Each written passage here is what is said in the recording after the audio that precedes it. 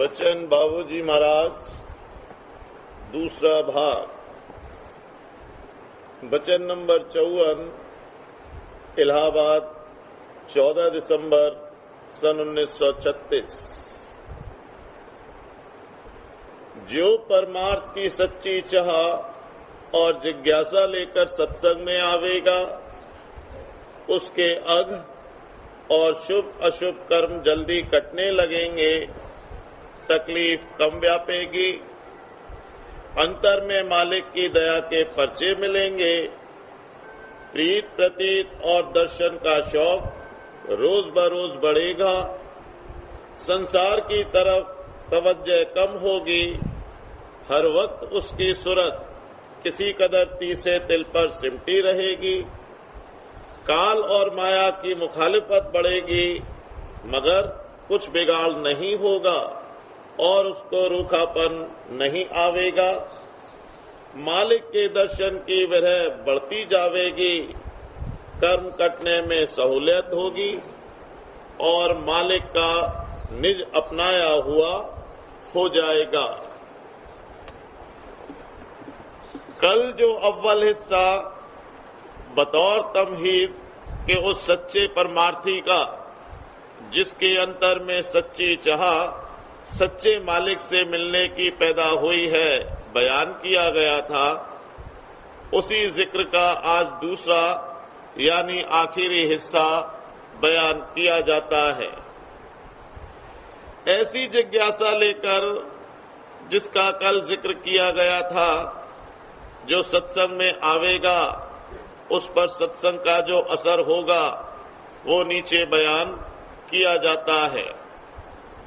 उसके अघ जल्दी जल्दी नाश होने लगेंगे और शुभ अशुभ कर्म बड़ी तेजी से कटने लगेंगे, साथ ही तकलीफ बहुत कम व्यापेगी, क्योंकि अंतर में उसको हमेशा दया का सहारा मिलता रहेगा और ज्यों-ज्यों कर्म का बोझ हल्का होता जावेगा, मालिक के दर्शन की विरह और अंतर अभ्यास का शौक बढ़ता जावेगा और उसको अंतर में दया के पर्चे भी मिलेंगे और मालूम होने लगेगा कि न सिर्फ परमार्थी कार्रवाई में बल्कि स्वार्थी और संसारी कामों में भी मालिक हर वक्त संभाल और मदद करता है।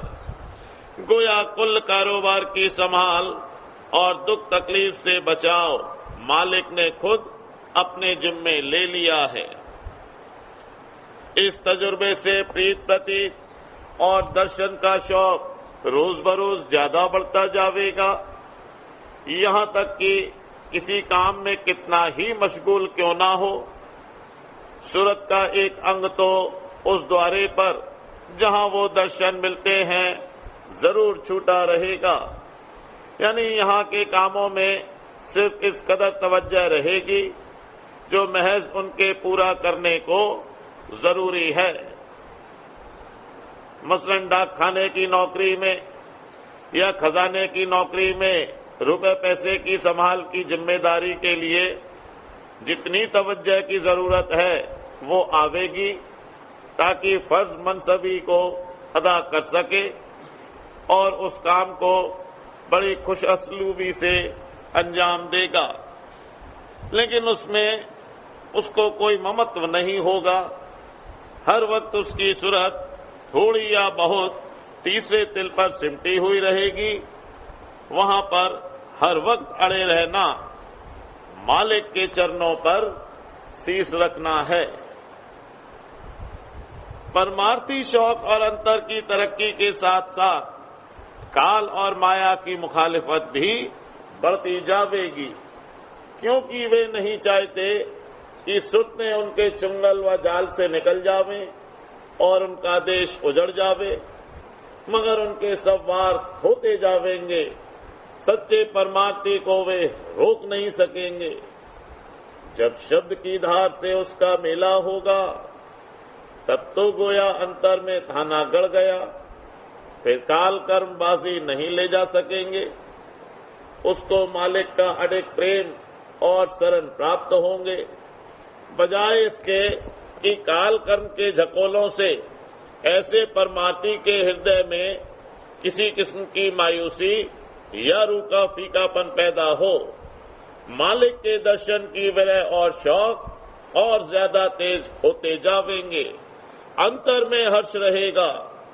कष्ट और तकलीफ जो इस जन्म के या पिछले जन्मों के कर्मों की वजह से इस वक्त आते हैं, उनसे कोई परमार्थी हानि नहीं होती। न सिर्फ उनके भुगतने में सहूलियत कर दी जाती है, बल्कि उस घाट पर मन और माया के साथ जो सूरत की गांठ लगी हुई है, उसको खोलने में वह कष्ट मदद देते हैं। इसलिए भी कष्ट और तकलीफ का आना जरूरी है। बिना उसके वह गांठ और ग्रंथि नहीं खुल सकती। चूंकि सच्चे परमार्थी और भक्तजन इस बात को अच्छी तरह से समझते हैं, इसलिए उन कष्टों को झेल सकते हैं। ऐसे परमार्थी पर सुख का गलबा भी नहीं होता।